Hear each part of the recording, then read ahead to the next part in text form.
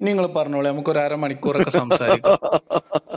ഈ 9:5 ഒരൊറ്റ ആയത്ത് മാത്രം എടുത്താൽ തന്നെ രത്ന ചുരുക്കം ഫുള്ള് കവർ ചെയ്യാൻ ഞാൻ മാത്രം മതി. പറഞ്ഞാൽ ഇപ്പൊ നമുക്ക് നിങ്ങൾ അംഗീകരിക്കുന്ന ഒരു തഫ്സീർ പറയും. അംഗീകരിക്കുന്ന തഫ്സീർ എന്ന് പറഞ്ഞു കഴിഞ്ഞാൽ ഒരു തഫ്സീർ ലോകത്തില്ല എന്ന് വെച്ചോളി. എന്നാല് ഒരു തഫ്സീർ ലോകത്തില്ല. അപ്പൊ നമുക്ക് ഖുർആൻ ഉണ്ട്. ഖുർആൻ മതിയല്ലോ. മാത്രം. അതെ, ഒന്നും കൂടെ വ്യക്തമാക്കി പറഞ്ഞുതരാം. അതായത് ഹദീസ് ക്രോഡീകരിക്കുന്നതിന് മുമ്പ്, അതേപോലെ മദ്ഹബ് ക്രോഡീകരിക്കുന്നതിന് മുമ്പ് കേരളത്തിൽ ദീന ഹയാത്തായിരുന്നു. ശരി, ഒന്നും എടുത്തിട്ടില്ല. അപ്പൊ ആ സ്ട്രക്ചറിന് എടുത്തുണ്ടാക്കുന്ന സാധനമാണ് ഫിക്ക്. ആയിക്കോട്ടെ, അപ്പൊ നമുക്ക് ഖുർആൻ മാത്രം എടുക്കാം. ഖുർആനില് ആ 9:5 ആയത്തില് തുടക്കത്തിൽ തന്നെ കൊടുക്കുന്ന വിഷയം 5 മാത്രം എടുത്താൽ മതി. അതായത് വേറെ എടുക്കും പോണങ്ങള്. അതില് ബഹുദൈവ വിശ്വാസി, അതേപോലെ മുശ്രിക്ക്, ജൂതന്മാര്, യഹൂദികള്, മജൂസികള്, മുസ്ലിങ്ങൾ എന്നൊക്കെ പറഞ്ഞ സെപ്പറേറ്റ് ആണ്. അത് കൂട്ടിക്കലർത്താൻ പാടില്ല. ആരെങ്കിലും ആയിക്കോട്ടെ. അല്ലല്ല, അത് ക്ലിയർ ആക്കിയാൽ പോയപ്പണ്ട് ഈ മുഷിരിക്കിന് ബഹുദൈവ ആരാധകർ എന്നർത്ഥം കൊടുത്ത പ്രശ്നമാണെന്നല്ല നിങ്ങളെ വാദം? വലിയ പ്രശ്നമാണ്, ചെറുതല്ല. ലോകത്ത് മുഷിരിക്ക് എന്ന് പറയുന്നതിന് ദൈവത്തെ അല്ലാത്ത മറ്റ് ദൈവത്തെ ആരാധിക്കുന്നവരോ ദൈവത്തിനെ ഓടൊപ്പം വേറെ ആളുകളെ ആരാധിക്കുന്നവരൊക്കെ മുഷിരിക്കുകൾ തന്നെയാണ്. മുശ്രിക്ക് ബഹുദൈവ ആരാധകർ എന്ന് പറഞ്ഞത് ഇപ്പം രാമനെയും അതേപോലെ തന്നെ ശിവനെയും പാർവതിനെയും അങ്ങനെ പല തരത്തിലുള്ള ദൈവങ്ങൾ ഒരേ സമയം ആരാധിക്കുന്നവര് ഒക്കെ അവരൊക്കെ മുശ്രിക്കുകൾ തന്നെയല്ലേ? അല്ല. ഓക്കെ, അതാണ് നിങ്ങളെ വാദം. അത് ഞാനൊന്ന് കൺഫേം ചെയ്താണ്. സൗകര്യത്തിന് വേണ്ടിയിട്ട് മുശ്രിക്കീൻ എന്ന് പറയുന്നിടത്ത് നമുക്ക് മുശ്രിക്കുകൾ എന്ന് തന്നെ അർത്ഥം വെക്കാം. പ്രശ്നം തീർന്നില്ലേ? ഒന്നുകൂടെ ക്ലിയർ ആക്കി പറഞ്ഞാൽ ബോധ്യപ്പെടുമല്ലോ. അതായത് ഒരു മുസ്ലിമിന്റെ വിശ്വാസം അനുസരിച്ച്, അതല്ലെങ്കിൽ ഹിന്ദുക്കളെ വിശ്വാസം അനുസരിച്ച് മുസ്ലിങ്ങളെ കാഫിർ എന്ന് വിളിക്കാം. അപകടമല്ല. കാരണം അവര് 100% ഒരു ഭാഗത്ത് അംഗീകരിക്കുമ്പോൾ അത് കംപ്ലീറ്റ് മുസ്ലിങ്ങൾ നിഷേധിക്കുകയാണെങ്കിൽ മുസ്ലിങ്ങളെ കാഫിർ എന്ന് വിളിക്കാൻ തെറ്റില്ല. മുസ്ലിങ്ങളിൽപ്പെട്ട ആളുകൾ കാഫിർ എന്ന് വിളിക്കുമ്പോഴാണ് അപകടം ചെയ്യുക. അതായത് മുസ്ലിം വിശ്വാസത്തിൽ നിന്നും മറ്റൊരു വിശ്വാസത്തിലേക്ക് ആ വ്യക്തിനെ തള്ളി മാറ്റുകയാണ്. ഇതാണ് അപകടം. ആര് തള്ളി മാറ്റണം? അല്ല, ഞാൻ പറഞ്ഞ അതില് ഇനിയിപ്പൊ നിങ്ങളെ പ്രശ്നം എന്താ വെച്ചാല്, നമ്മളിവിടെ മുശ്രിക്കുകൾ എന്നതിന് ബഹുദൈവാരാധകർ എന്നർത്ഥം വെക്കുകയും അതിൽ നമ്മളെ നാട്ടിൽ ഹിന്ദുക്കൾ ഉണ്ട് എന്ന് പറയുകയും ചെയ്യുമ്പോൾ ഖുർആൻ ആയത്തിൽ പറയുന്ന ആൾക്കാർ ഹിന്ദുക്കളും പെടും എന്ന ബേജാറല്ലേ ഇപ്പൊ നിങ്ങളെ പ്രശ്നം? അതെ, ബേജാറില്ല. ഞാൻ പറഞ്ഞത് മുശ്രിക്ക് എന്നതിന് നമ്മൾ തൽക്കാലം ഒരർത്ഥവും കൊടുക്കണ്ട, മുശ്രിക്ക് തന്നെ വെക്കാം. മുശ്രിക്ക് വെച്ച് കഴിഞ്ഞാൽ വെച്ചിട്ട് നമുക്ക് ഈ ആയത്ത് പരിശോധിക്കാം. ജീവുള്ള മനുഷ്യന്മാരാണെന്നുള്ള കാര്യത്തിൽ തർക്കമില്ല. വ്യത്യാസമുണ്ട്.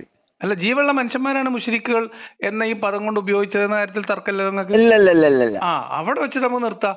മുശ്രിക്ക് എന്ന് പറഞ്ഞാൽ മുശ്രിക്ക്, അത്രേ ഉള്ളൂ. ഇനി ആ 5 തന്നെയുള്ള ഉള്ളടക്കം ഞാൻ വിശദീകരിക്കാം. എന്നിട്ട് അതിലെ വ്യത്യാസം നിങ്ങൾ പറഞ്ഞോളി. അതായത് ഉള്ളടക്കല്ല, ആദ്യം വായത്ത് പറയാ, അതിന്റെ അർത്ഥം പറയാം. അതെ, 5 മാത്രം എടുത്താൽ മതി. 5 മാത്രം എടുത്തോളി, അത് നിങ്ങളുടെ സൗകര്യമാണ്. 5 മാത്രം. ഒന്ന് അപ്പുറത്തേക്ക് ഇപ്പുറത്തേക്ക് പോകുമ്പോഴാണല്ലോ കൂടുതൽ വിശദീകരണം വന്ന് ആളുകൾ കൺഫ്യൂഷൻ ആയി പോകുന്നത്. അപ്പൊ അത് വേണ്ട, അത് ഒഴിവാക്കാം. നോക്കി പോവാം. ഓക്കെ, ഫഖ്തുലു എന്ന് പറഞ്ഞാൽ ഓരോരോ വാക്ക് നമുക്ക് പറഞ്ഞു പോവാം. പറഞ്ഞോളി. ഫഖ്തുലു എന്താ നിങ്ങൾ പറയും? നിങ്ങൾ എനിക്ക് പറഞ്ഞു തരല്ലേ? അല്ല, അർത്ഥങ്ങൾ പറഞ്ഞോളി. നിങ്ങൾ പറയും, നിങ്ങൾ എനിക്ക് പറഞ്ഞു തരല്ലേ? മുശ്രിക്കിന്റെ അർത്ഥങ്ങൾ ഞാൻ പറഞ്ഞ ശരിയാവില്ല. നമ്മള് മുശ്രിക്കിന് അർത്ഥം തന്നെ പറയണ്ടെന്ന് വെച്ചു. എനിക്ക് പറഞ്ഞു തരേ. അതെ, ബാക്കിയുള്ളവരുടെ അർത്ഥത്തിന് വ്യത്യാസം വന്നതായിട്ട് ഞാൻ കാണുന്നില്ല. വ്യത്യാസം വരാതിരിക്കാനാണ് നിങ്ങളോട് പറയാൻ പറയണത്. നിങ്ങൾ പറയുമ്പോ പിന്നെ വ്യത്യാസം വരില്ലല്ലോ. എന്നതിന്റെ രക്തം ചുരുക്കിയാൽ ഉണർത്തി തരാം. ചുരുക്കല്ല, ആദ്യം നമുക്ക് ആ വായത്തിൽ വാക്കുകൾ കൊണ്ട് ഒരു ആയത്ത് ഉണ്ടാക്കിക്കാണല്ലോ. അപ്പൊ ആ വാക്കുകൾക്ക് അർത്ഥമുണ്ട്. ആ വാക്കുകളുടെ അർത്ഥം പറഞ്ഞു കഴിഞ്ഞിട്ട് നിങ്ങൾ അതിന്റെ വ്യാഖ്യാനം പറഞ്ഞോളി. അതെ, നിങ്ങൾ മൊത്തത്തിൽ വേണമെങ്കിൽ നിങ്ങൾ പറഞ്ഞോളി, അല്ലെങ്കിൽ ഞാൻ പറയാം. നിങ്ങൾ പറഞ്ഞോളി. ഫഖ്തുലു. ഞാൻ ഒരൊറ്റടിക്ക് പറഞ്ഞു പോകാൻ തന്നെയാണ് ഉദ്ദേശിക്കുന്നത്. അല്ലെങ്കിൽ നിങ്ങൾ വിശദീകരിച്ചതിന് ശേഷം പറയാം. ഖുർആൻ വചനാണല്ലോ. ഒരു ഖുർആൻ വചനം എന്ന് പറയുന്നത് നിരവധി അറബി വാക്കുകൾ ചേർത്ത് വെച്ച് ഉണ്ടാക്കിയിട്ടുള്ള ഒരു വാചകമാണ്. അപ്പൊ ആ വാചകത്തിൽ മുശ്രിക്കീന എന്ന് പറയുന്ന വാക്കിന് നമ്മൾ കൊടുക്കുന്ന അർത്ഥത്തിലാണ് ഇപ്പൊ നിങ്ങൾക്ക് പ്രശ്നം. അതെ, അത്ര മാത്രം മുശ്രിക്കിനെ നമ്മൾ മുശ്രിക്ക് തന്നെ പറയാം. വചനങ്ങളില് ഒരു മിനിറ്റ്, ബാക്കി വചനങ്ങളുടെ അർത്ഥം പറയുമ്പോ നമുക്ക് മാറിപ്പോവാതിരിക്കാൻ വേണ്ടി നിങ്ങൾ അർത്ഥം പറഞ്ഞോളി. ഫഖ്തുലു പറഞ്ഞോളി. നിങ്ങൾ പറയും. നിങ്ങൾ എനിക്ക് പറഞ്ഞുതരാൻ വിളിച്ചിട്ട് നിങ്ങൾക്ക് അറിയില്ലെങ്കിൽ ഞാൻ പറഞ്ഞുതരാം. എനിക്ക് അറിയില്ല എന്ന് വെച്ചോ, നിങ്ങൾ പറഞ്ഞു തന്നോളി. ആ കറക്റ്റ്. ഫഖ്തുലു എന്ന് പറഞ്ഞാൽ അപ്പോൾ നിങ്ങൾ കൊന്നുകൊള്ളൂ. ഫഖ്തുലു. ഉഖ്തുൽ എന്ന് പറഞ്ഞാൽ നീ കൊല്ലുക എന്നാണ്. അതൊരു കൽപ്പനക്രിയയാണ്. ഫഖ്തുൽ ഫ എന്ന് പറഞ്ഞാൽ അപ്പോൾ. ഫഖ്തുലു അപ്പോൾ നിങ്ങൾ കൊന്നുകൊള്ളൂ. അൽ മുശ്രിക്കീന മുശ്രിക്കീങ്ങളെ. മുശ്രിക്കിന്റെ ബഹുവചനാണ് മുശ്രിക്കീൻ, അതിന് കുഴപ്പമില്ലല്ലോ. മുശ്രിക്കീന. ഹൈസു സ്ഥലത്ത്. സ്ഥലത്ത് പറഞ്ഞ ഇടം, സ്ഥലം എവിടെയാണ് വെച്ചാൽ അവിടെ. വജത്തുമൂഹും നിങ്ങൾ അവരെ കണ്ടെത്തിയ സ്ഥലത്ത് വെച്ച് നിങ്ങൾ അവരെ കൊന്നോളിയും. ആരെ കൊന്നോളിയും? മുശ്രിക്കുകളെ കൊന്നോളിയും. വഹുദൂഹും നിങ്ങൾ അവരെ പിടിക്കും. ഹുദു ബിയദി യാ റസൂലല്ലാഹ് എന്നൊക്കെ നമ്മൾ പറയില്ലേ കാലത്ത്. പിന്നെ ഹുദ് എന്ന് പറഞ്ഞാൽ പിടിക്കുക. വഹുദൂഹും അപ്പൊ അവരെ നിങ്ങൾ പിടിച്ചോളിയും, പിടിക്കുകയും ചെയ്യുക. വഹസുറൂഹും നിങ്ങൾ അവരെ ഉപരോധിക്കുകയും ചെയ്യുക. ഉപരോധിക്കാറിന തടഞ്ഞു വെക്കുക, പൂട്ടിയിടുക ഒക്കെ ചെയ്യാം. വഅഖുദു നിങ്ങൾ ഇരിക്കുകയും ചെയ്യുക. ഇരിക്കുക പറഞ്ഞാല് കാത്തിരിക്കുക, ഒളിഞ്ഞിരിക്കുക എന്നൊക്കെ പറയാം. ലഹും അവർക്ക് വേണ്ടി.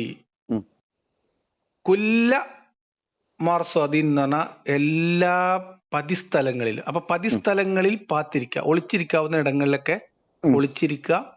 ഓലെ കാണുന്നിടത്ത് വെച്ച് പിടിക്കുക അല്ലെങ്കിൽ ഉപരോധിക്കുക. എന്നിട്ട് അങ്ങനെ കിട്ടുന്നിടത്ത് വെച്ച് പോലെ കൊന്നു കളയുകയും ചെയ്യുക. ഓക്കെ. ഫൈൻ താബു.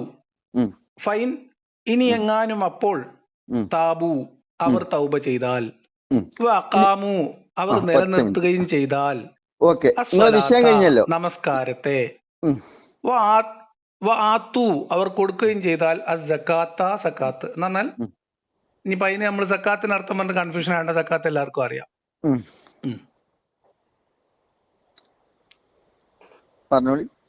അപ്പൊ സബീലഹും അപ്പൊ അവരെ നിങ്ങൾ അവരുടെ വഴിക്ക് വിടുക. അതുപോലെ പിന്നെ കൊല്ലും തടഞ്ഞു വെക്കൊന്നും വേണ്ട.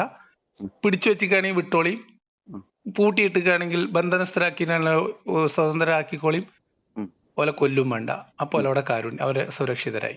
ഇനി 2 മിനിറ്റ് എനിക്ക് തരുന്നതിന് ശേഷം നിങ്ങൾ വിശദീകരിച്ചോളി. ഓക്കെ ഓക്കെ, കുഴപ്പമില്ലല്ലോ. ഇല്ല, നിങ്ങൾ പറഞ്ഞോളി. അവിടെ ഫസ്റ്റ് തന്നെ മുശ്രിക്കുകളെ കണ്ടുമുട്ടിയെടുത്ത് വെച്ച് നിങ്ങൾ കൊന്നുകളയുക, പിടികൂടുക, അവരെ ഉപരോധിക്കുക. എല്ലാ ഒളിത്താവളങ്ങളിലും നിങ്ങൾ അവർക്കായി കാത്തിരിക്കുക. എന്നാൽ അവർ പശ്ചാത്തപിക്കുകയും നമസ്കാരം മുറപ്രകാരം നിർവഹിക്കുകയും സക്കാത്ത് നൽകുകയും ചെയ്താൽ ഒഴികെ. ഇതാണ് വിഷയം രത്ന ചുരുക്കം വരുന്നത്. അപ്പൊ ഇവിടെ വ്യക്തമായിട്ട് ഒരു ബഹുദൈവ വിശ്വാസി ഹിന്ദുക്കളായ ആളുകൾ തൗബ ചെയ്തിട്ടോ നിസ്കരിച്ചിട്ടോ സക്കാത്ത് കൊടുത്തിട്ടോ വല്ല ഇസ്ലാം അംഗീകരിക്കൂല. മുശ്രിക്കീങ്ങൾക്കാണെങ്കിൽ തീർത്തും അവർക്ക് തൗബ ചെയ്താൽ മതി. ഇനി അങ്ങനെ ചെയ്യൂല പടച്ചോനെ. നിസ്കാരം നോമ്പും എടുത്തു കഴിഞ്ഞാൽ അവരെ കാര്യം പൂർത്തിയായി. അത് മുശ്രിക്കാന്നുള്ള ആ ആയത്തന്നെ വ്യക്തമായിട്ടും നിരത്തുന്നുണ്ട്. നമ്മളെ നാട്ടിലത്തെ AP ഉസ്താദിനെയും കുട്ടികളെയാണ് ഇപ്പൊ ഇത് ചെയ്യേണ്ടതെന്നാണ് ഇപ്പൊ നിങ്ങൾ പറയുന്നത്. അത് നിങ്ങൾ എങ്ങനെ വെച്ചാൽ കണക്കൂട്ടി അല്ല, നിങ്ങൾ പറയേ. അതായത് നിങ്ങൾ പറയുന്നത് മുസ്ലിങ്ങൾക്ക് ബാധകമല്ല, മുസ്ലിങ്ങൾക്ക് വേണ്ടി മാത്രമാണ് എന്നാണ് പറയുന്നത്. അതുപോലും മറുപടി പറയട്ടെ. വെറുതെ തലേക്ക് ഓരോന്ന് ഇപ്പൊ വലിച്ചേറ്റേണ്ട ആവശ്യം പറഞ്ഞതാണ്. ഞാൻ നമ്മളൊരു കാര്യം വ്യക്തത വരുത്തി പോകണല്ലോ. ഒരു മിനിറ്റ് നിങ്ങൾ പറയുന്നതനുസരിച്ചിട്ട് ഈ വചനം എന്ന് പറയുന്നത് ബഹുദൈവാരാധകർ എന്ന് പറഞ്ഞ അവിശ്വാസികൾ, അള്ളാഹുൽ വിശ്വസിക്കാത്ത, മുഹമ്മദ് വിശ്വസിക്കാത്ത അവിശ്വാസികളായിട്ടുള്ള ആളുകളെ സംബന്ധിക്കുന്നതേ അല്ല എന്നും, ഇത് മുസ്ലിങ്ങളിൽ അള്ളാഹുവിനോടൊപ്പം ഷിർക്ക്, അള്ളാഹുവിനെ അംഗീകരിക്കുന്നതോടൊപ്പം ഷിർക്ക് ചെയ്യുന്നവരായിട്ടുള്ള ആളുകളെ കുറിച്ച് മാത്രമാണ് എന്നാണ് നിങ്ങളെ വാദം അല്ലേ? ഷിർക്ക് ചെയ്യുന്ന ആളുകളെ കുറിച്ചിട്ട് മാത്രം എന്നുള്ളതിന്റെ അപ്പുറം ഒന്നും കൂടെ ഉണർത്തും. അതായത് മുശ്രിക്കീങ്ങളും ജൂതന്മാരും തമ്മിലുള്ള വ്യത്യാസം. മുശ്രിക്കീങ്ങൾ അങ്ങനെ പോയി കഴിഞ്ഞാൽ ഈ വചനത്തിൽ നിൽക്കുക.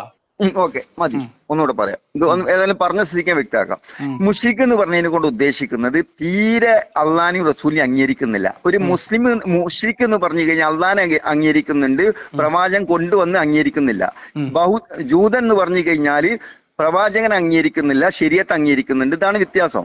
അതുകൊണ്ട് ജൂതന്മാരിൽ നിന്നും വിവാഹം കഴിക്കുകയാണെങ്കിലും ക്രിസ്ത്യാനികളിൽ നിന്നും മുസ്ലിങ്ങൾക്ക് വിവാഹം കഴിക്കാൻ പെർമിഷൻ ഉണ്ട്.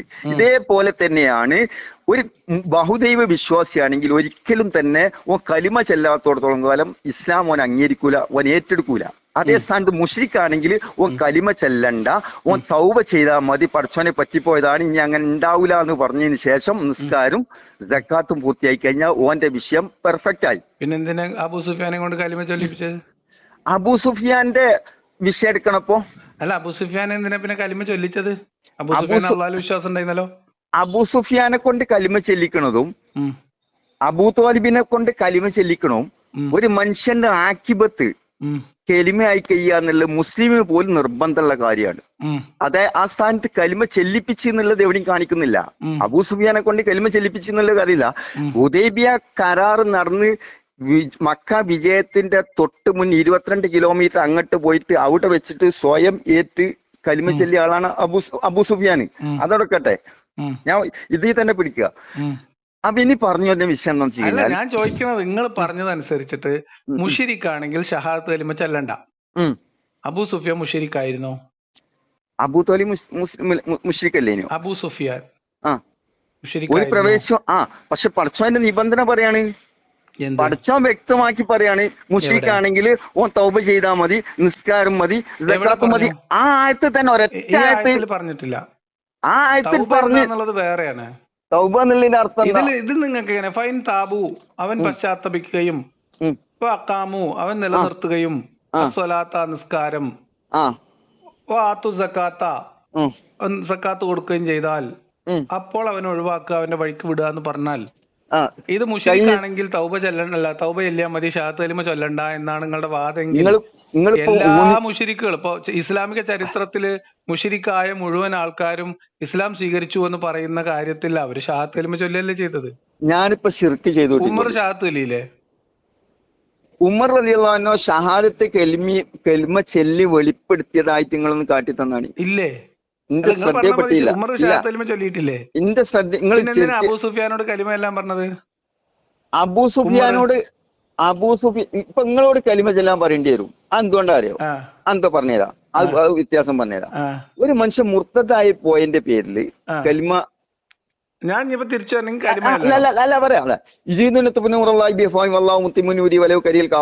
അള്ളാന്റെ പ്രകാശത്തിനെ ഊതിക്കെടുത്താൻ പരിശ്രമിക്കുന്ന കാഫിർ എന്നുള്ള ഗണത്തിൽ വരും നിങ്ങളെ വിഷയം. അപ്പൊ നിങ്ങൾ മുസ്ലിം അല്ലായിരുന്നോ? അപ്പൊ നിഷേധിച്ചു കഴിഞ്ഞതിന് ശേഷം അതേ എതിർപ്പ് വേറെ, നിഷേധം വേറെ. ഒരാള് എതിർക്കുന്നുണ്ട് എന്ന് കരുതിയിട്ട് നിഷേധിക്കുന്നതായിട്ടൊക്കെ ഗണത്തിൽ വ്യത്യാസമല്ലേ? നിങ്ങൾ ഈ ആയത്തിൽ ഖുർആനൊന്ന് മനസ്സിലാക്കാതെ സംസാരിക്കുമ്പോ പിന്നെ അപാകതകളാണ് ഈ കാണുന്ന മുഴുവൻ. അതിന് ഞാൻ ഒന്നും പറഞ്ഞില്ലല്ലോ, നിങ്ങളല്ലേ എനിക്ക് പറഞ്ഞത്. നിങ്ങൾ പറയണേലാണ് ഒരു വ്യക്തത വരാത്തത്. അല്ല, വിഷയം ഡിസ്കസ് ചെയ്യാനാണല്ലോ ചെയ്യുന്നത്. അതിൽ കൂടെ തന്നെയല്ലേ പൂർണ്ണതയിലേക്ക് എത്തണ്ടേ. അപ്പം ഈ ഒരു മുഷിക്കാണ് എന്നുള്ളതും ഈ മുഷിക്കങ്ങളെ തലവെട്ടാനായി പറയുന്നതിൽ നിങ്ങൾക്ക് എന്താ അഭിപ്രായ വ്യത്യാസം ഉണ്ടോ? എന്നിട്ട് അടുത്ത വിഷയത്തേക്ക് പോവാം. ഇനി പറയാം ഈ മുഷിക്കങ്ങൾ ഇനി പറഞ്ഞ കേട്ടോളി. ഓക്കെ. പിന്നെ എന്താ പറയാ, നമ്മളൊന്നും പിന്നെ പറയാതെ വ്യക്തത വരുത്താതെ പോയിട്ട് കാര്യമില്ല. ഇപ്പൊ ഈ ഖുർആൻ വചനം ആർക്കെതിരിൽ അവതരിച്ചതാണ്? നിങ്ങൾ അത് പറഞ്ഞു. അതിന് വ്യക്തമാക്കി പറഞ്ഞാൽ ശ്രദ്ധിച്ചോളിതാല്. മദീനയിൽ വളരെ ദുർലഭമായിട്ടുള്ള ആളുകളാണ് നബി തങ്ങളെ കൂട്ടത്തിൽ ഉണ്ടായിരുന്നത്. പ്രത്യേകിച്ചും ഉഹദ് യുദ്ധത്തിന്, ബദർ സമയത്തൊക്കെ വളരെ വിരലിനെണ്ണാവുന്ന ആളുകൾ ഉണ്ടാവുള്ളൂ. ഹിജ്റ 4 ഉഹദ് യുദ്ധം കഴിഞ്ഞതിന് ശേഷം തൊട്ട പിന്നില് 10 സഹാബാക്കളെ നജിദ് ഗോത്രക്കാരും 10 നജിദ് 70 മറ്റൊരു ഗോത്രം 10 സഹാബാക്കളെ ദീൻ പഠിപ്പിക്കണം എന്നുള്ള കരാർ ചെയ്തുകൊണ്ട് നബി തങ്ങടുത്ത് വാങ്ങിപ്പോയാണ്ട് ഇടയ്ക്ക് വെച്ച് ഈ 68 ആളെ പച്ചയിൽ വധിച്ചൊരു ചരിത്രം അതിന് മുന്നിൽ കിടക്കുന്നുണ്ട് ഒന്ന്. അതേപോലെ ഒരു 10 സഹാബാക്കൾ ഇതുപോലെ ദീൻ പഠിപ്പിക്കണം എന്നും പറഞ്ഞ് കൊണ്ടുപോയാണ്ട് ഖുറൈശികൾക്ക് വിറ്റാണ്ട് ക്രൂരമായിട്ട് കൊല ചെയ്യപ്പെട്ട ഒരു സംഭവത്തിന്റെ ഇടയിൽ കിടക്കുന്നുണ്ട്. ഇതേപോലെ മുസ്ലിങ്ങൾ ശ്രദ്ധിച്ചോളി. സംഭവങ്ങൾ ഇത് 4-ാം വർഷം 5-ാം വർഷത്തേക്ക് കഥ പറയാതെ നിങ്ങൾ 8-ാം വർഷത്തേക്ക് വരി.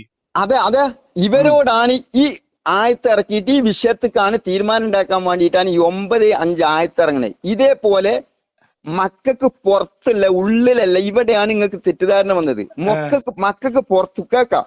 അതായത് മക്കാർക്കെതിരല്ലത്, മക്കാർക്കല്ല 100%. നിങ്ങൾ ആണെന്ന് തെളിയിച്ച ഞാൻ മൊട്ടി കേട്ടോളി മക്കാർക്കാണെങ്കിൽ ഞാൻ താടിയും തൊപ്പിയും ഒഴിവാക്കി കിടക്കും നിങ്ങളെ മുന്നിൽ.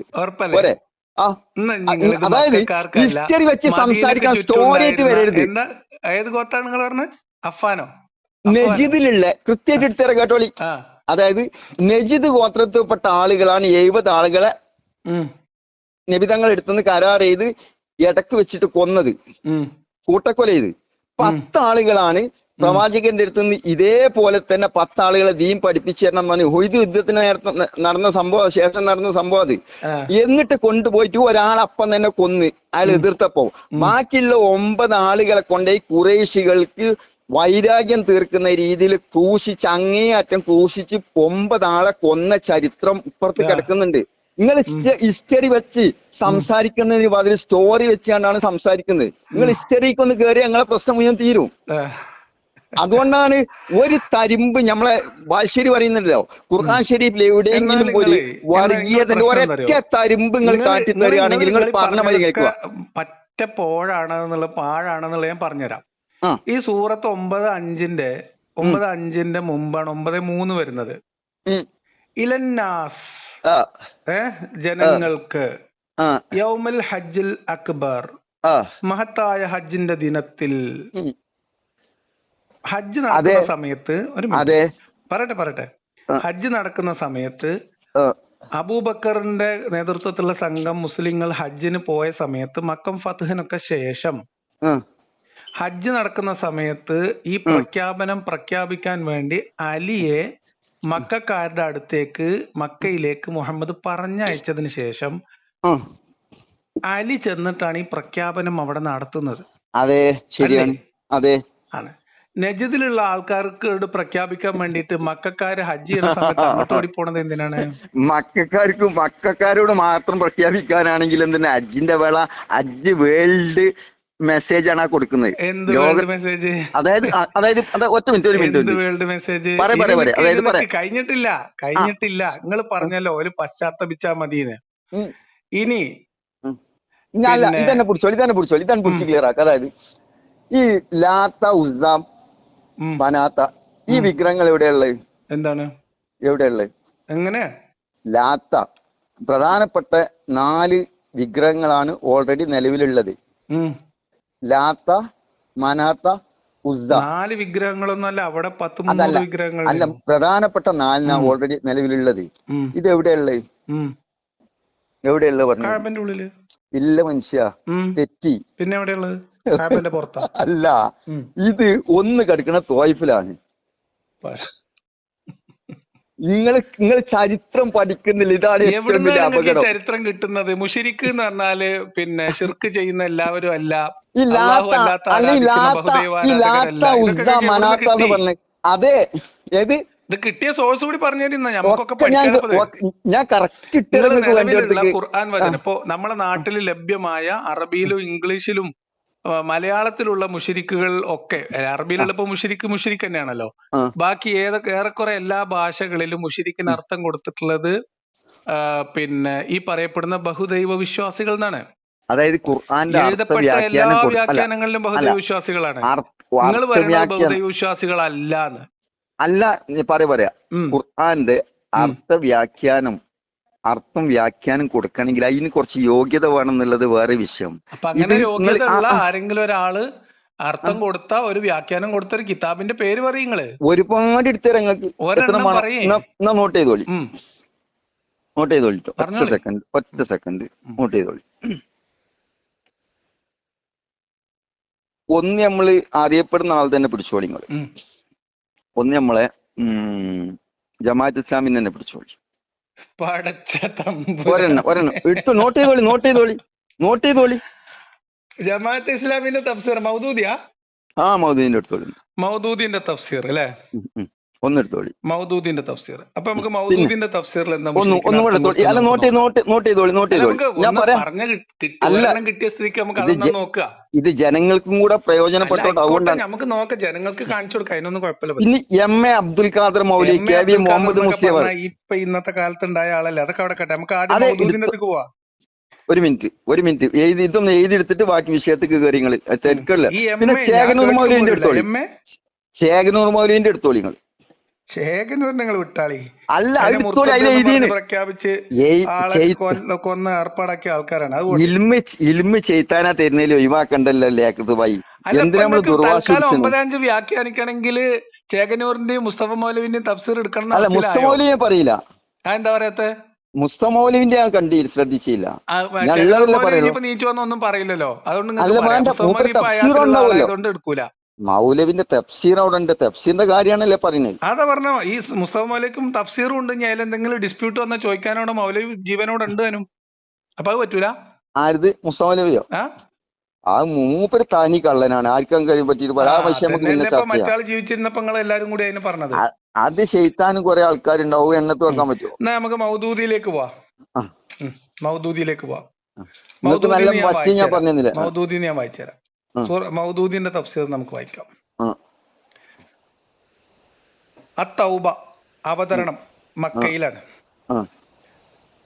ബറാഅത്തും മിനല്ലാഹി വറസൂലിഹി ഇല്ലല്ലദീന ആഹദതു മിനൽ മുശ്രിക്കീൻ. ഇതിന് മൗദൂദി അർത്ഥം വെച്ചത്, നിങ്ങളുമായി കരാറിൽ ഏർപ്പെട്ടിട്ടുണ്ടായിരുന്ന ബഹുദൈവ വിശ്വാസികളോട് അള്ളാഹുവിന്റെയും അവന്റെ ദൂതന്റെയും ഭാഗത്ത് നിന്ന് ഉത്തരവാദിത്തം ഒഴിഞ്ഞുകൊണ്ടുള്ള വിളംബരമാണിത്. അതിൽ ബ്രാക്കറ്റിൽ എന്താ കൊടുത്ത്? ബ്രാക്കറ്റിലൊന്നും കൊടുത്തിട്ടില്ല. അല്ലാമ അബ്ദുൽ അഅല മൗദൂദി. അതിന്റെ അടിക്കുറിപ്പ്, ആമുഖക്കുറിപ്പ് എന്താന്ന് അല്ല കേട്ടോളി. ഒരു മിനിറ്റ്. അല്ലാമ ഷെയ്ഖ് മുഹമ്മദ് അമാനി മൗലവി, അല്ലാമ അബ്ദുൽ അഅല മൗദൂദി. അത് കേട്ടു. ഒന്നാമത്തെ പ്രഭാഷണം അത്തൗബ. അവതരണ കാലവും പ്രഭാഷണങ്ങളും. 3 പ്രഭാഷണങ്ങൾ ഉൾക്കൊള്ളുന്നതാണ് ഈ അധ്യായം. പ്രാരംഭം തൊട്ട് 5-ാം ഖണ്ഡികയുടെ അന്ത്യം വരെ നീണ്ടു നിൽക്കുന്ന ഒന്നാമത്തെ പ്രഭാഷണം ഹിജ്റ 9-ാം വർഷം ദുൽഖഅദോ അതിനടുത്ത കാലമോ ആണ് അതിന്റെ അവതരണ ഘട്ടം. ആ കൊല്ലം നബി അബൂബക്കറിനെ അമീറുൽ ഹജ്ജായി മക്കയിലേക്ക് അയച്ചു കഴിഞ്ഞപ്പോഴാണ് ഈ പ്രഭാഷണം അവതരിച്ചത്. ഉടൻ തന്നെ മുഴുവൻ അറബികൾക്കും, ശ്രദ്ധിച്ചേക്കണേ, മുഴുവൻ അറബികൾക്കും പ്രാതിനിധ്യമുള്ള ഹജ്ജ് സമ്മേളനത്തിൽ അത് കേൾപ്പിക്കാനും അതിൽ നിർദ്ദേശിക്കപ്പെട്ട കർമ്മനയം പ്രഖ്യാപിക്കാനുമായി അബൂബക്കറിന്റെ പിറകെ അലിയെ തിരുമേനി അങ്ങോട്ട് അയച്ചു. രണ്ടാമത്തെ പ്രഭാഷണം 6-ാം ഖണ്ഡികയുടെ ആദ്യം തൊട്ട് 9-ാം ഖണ്ഡികയുടെ അന്ത്യം വരെ ഹിജ്റ 9 റജബിലോ അതിനു മുൻപോ ആണ് അവതരിച്ചത്. അപ്പോൾ നബി തബൂക്ക് യുദ്ധത്തിൽ തയ്യാറെടുക്കുകയായിരുന്നു. സത്യവിശ്വാസികളെ ജിഹാദിന് പ്രേരിപ്പിച്ചുകൊണ്ടാണ് ഇത്. അപ്പോ ഹുദൈബിയ ചരിത്ര പശ്ചാത്തലത അവതരണകാല നിർണയാനന്തരം നമുക്കിനി അധ്യായത്തിന്റെ ചരിത്ര പശ്ചാത്തലത്തിലേക്ക് ഒന്ന് കണ്ണോടിക്കാം.